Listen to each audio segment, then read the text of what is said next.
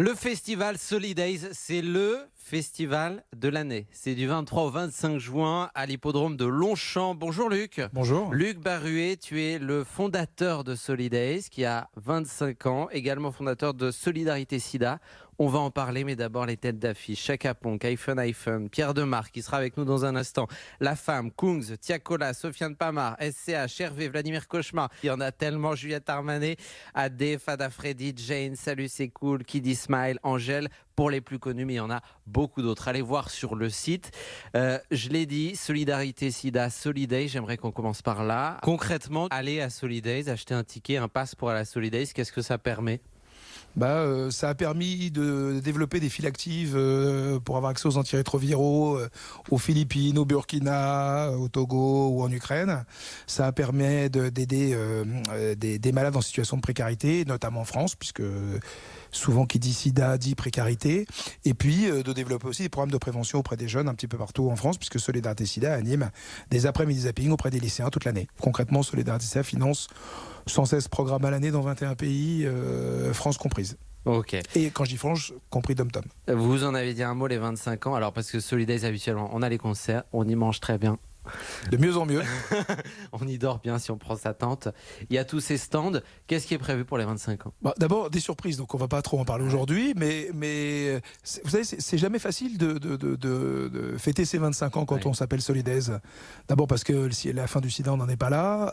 Deux, on travaille sur des thématiques tellement difficiles que d'un seul coup, célébrer d'une manière ou d'une autre, on n'est jamais complètement à l'aise. Et donc, tout notre travail consiste à dire, on va faire des petites choses spécifiques, sans dire, on va faire un feu d'artifice pour les 25 ans parce que ça ne ressemblerait pas. Des personnalités pourront être là peut-être dans depuis l'année dernière, il y a pas mal de personnalités qui viennent faire du bénévolat dans le cadre du festival. Donc l'année dernière, on a eu Léa Salamé, Roche Dizem, Denis Brognard, Big Fleury et plein d'autres. Et donc cette année, on va remettre ça en place et je pense qu'il y en aura encore plus parce que tous ceux qui sont venus l'année dernière y ont pris beaucoup de plaisir. Qui ça ? Je pense une bonne partie de ceux qui étaient là déjà l'année dernière. Oui, je pense. Foncez à Solidays. On retrouve Pierre Demar dans un instant, mais tout de suite, on l'écoute. Un jour je marierai un ange, on fera l'amour dans les nuages, en priant pour que rien ne change. Il est romantique et spécial. Il n'a que 22 ans. Et pourtant, il a déjà un album à son actif, une victoire et surtout, il a déjà réussi à se faire un nom. Bonjour Pierre Demar. Bonjour Cola, merci. Comment ça va ? Ça va super. Tu es belge ? Tout à fait. Installé à Paris maintenant ? Installé depuis 1 an à Paris dans le 19e. Tu t'y sens bien ? Mais je m'y sens très bien, mais je m'y sens très peu là. Souvent, je suis. Tu voyages beaucoup si on regarde tes stories. Non, c'est vrai. Alors, hier, j'étais à Florence pour le plaisir, avec ma mère, pour fêter ses 50 et quelques années. Ouais. Mais autrement, beaucoup de dates, beaucoup de promos, beaucoup de quoi que ce soit. Et donc, je bouge partout. Et finalement, je dors 3 nuits par semaine à Paris. Mais c'est pas. Absolument. C'est pas par hasard. Tu as parlé des 50 ans de ta mère. Bon anniversaire à elle. C'est également les 25 ans de Solidays, où tu seras le dimanche 25 d'ailleurs. Est-ce que tu appréhendes d'une façon particulière cette scène ou pas ?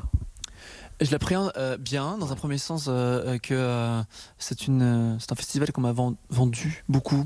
On m'a vanté. Tu es déjà allé ? C'est loin. Jamais. Okay. Mais tu sais que moi j'ai fait très peu de festivals dans ma vie, de festivalier en tout cas, parce que c'est trop route pour moi. Je suis douillet, alors moi j'aime bien les concerts en salle. Mais donc je découvre à chaque fois en les faisant sur scène. C'est le festival bienveillant. Apparemment, c'est ce qu'on m'a dit. Non, vraiment. Par excellence, donc je suis sûr que tu vas t'éclater.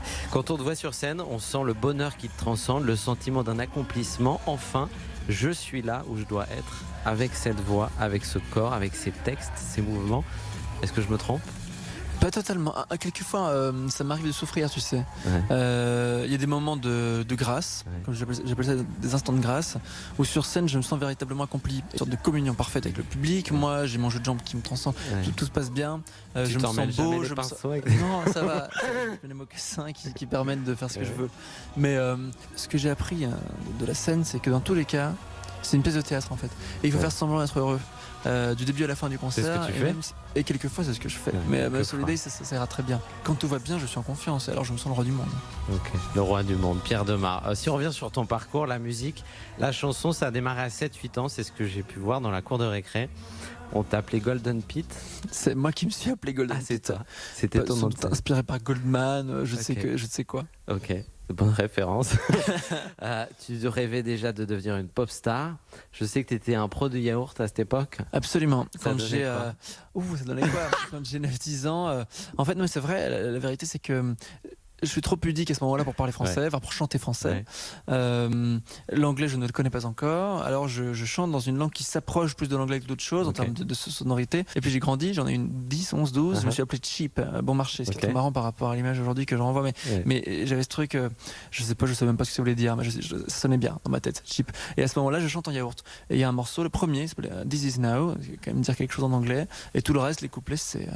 je ne sais pas quoi, et ça veut rien dire. C'est dingue. C'est marrant parce que November Ultra, qui est avec moi il y a 2 semaines, J'adore. elle chantait en anglais pour que sa mère ne comprenne pas. Ça m'étonne tellement pas. C'est encore autre chose. C'est encore mieux, j'invente une langue. T'as inventé une langue. Tant mieux. À 14 ans, justement, tu parlais de ton image, tu te trouvais moche. Ouais, je me trouvais pas super beau à 14 ans. Aujourd'hui, tu te trouves beau. Ça dépend quoi, ça dépend des jours, ça dépend d'une heure à l'autre. Je trouve que le visage est ok, le corps moins fan, très longiligne, peut-être moins musclé. Moi j'aimerais bien être péqué, un bodybuilder, être abdominalisé. Ça, je sais pas comment est-ce qu'on dit ça, ça se bosse et j'ai pas vraiment le courage de bosser. C'est vrai. J'ai un peu la flemme de ça et puis j'ai pas vraiment le temps. Je préfère écrire des chansons que d'avoir un corps sublime. Je pense que c'est plus ma mission sur Terre. Là, si on ferme les yeux, le Pierre Demar d'aujourd'hui, comment tu le décris? Si on ferme les yeux aujourd'hui, je vois un costume, je vois une silhouette longiligne qui se trémousse dans tous les sens, qui se déhanche. Il y a des allures féminines, mais sans pleinement non plus l'assumer, parce que le vestiaire est très masculin, la façon de se mouvoir un peu féminine, donc c'est un peu dans un côté un peu androgyne. Dans les textes très romantiques, très excessifs, moi j'aime bien... J'ai démarré par romantique. Mais c'est tout à fait vrai, mais c'est tout à fait juste. J'aime bien compter les premiers émois, j'aime bien compter l'amour, même si je ne l'ai pas encore connu nécessairement pleinement, mais tu vois, au moins l'imaginer, l'idéaliser dans tous les cas, certainement. Moi je veux mourir sur ça en chantant jusqu'au bout. T'as ton premier tube, parce que c'est un tube, on peut le dire aujourd'hui. Un jour je marierai un ange. Absolument. Et non pas Potins absurdes. Ça c'était avant encore. Potins absurdes, c'était c'est le premier titre que j'ai écrit en français et qui est sorti sur les plateformes en mars 2020, à l'époque du premier confinement. C'est marrant, j'étais enfermé chez moi, je savais pas quoi faire. Ça coûte 10 € par an de publier un titre sur Spotify et compagnie. Et donc je fais ça. C'est bon à savoir. Tout à fait par hasard. Je vais me mettre à la chanson. Mais mets-toi-y, c'est très rentable. On va écouter un de tes titres. Joue Enfant 2, qui est le single actuel et que j'aime beaucoup parce que je sais pas, il y a des élans de Mika, d'Indochine, plein de choses qui me parlent. Il est léger, en même temps il est un petit peu acoustique. C'est à n'y rien comprendre, l'amour est fascinant. Fait tourner le monde à l'envers. Je suis l'enfant du Toréador et de la Sainte Marie.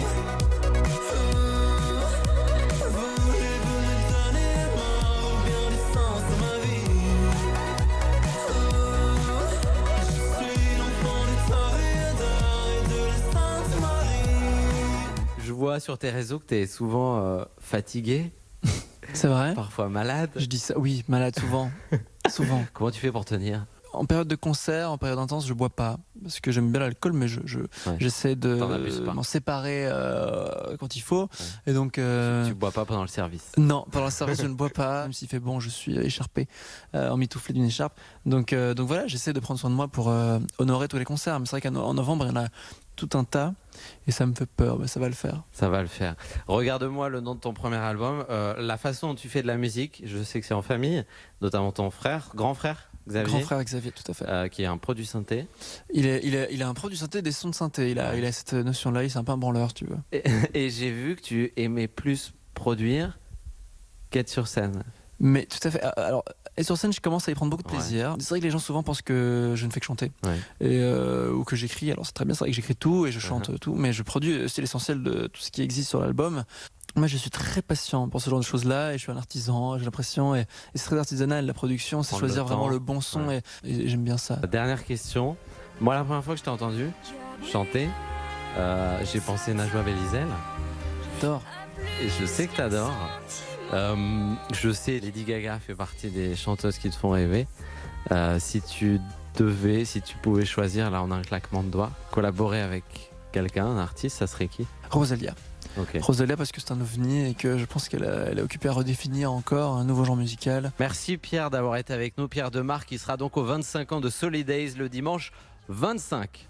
Merci Nicolas.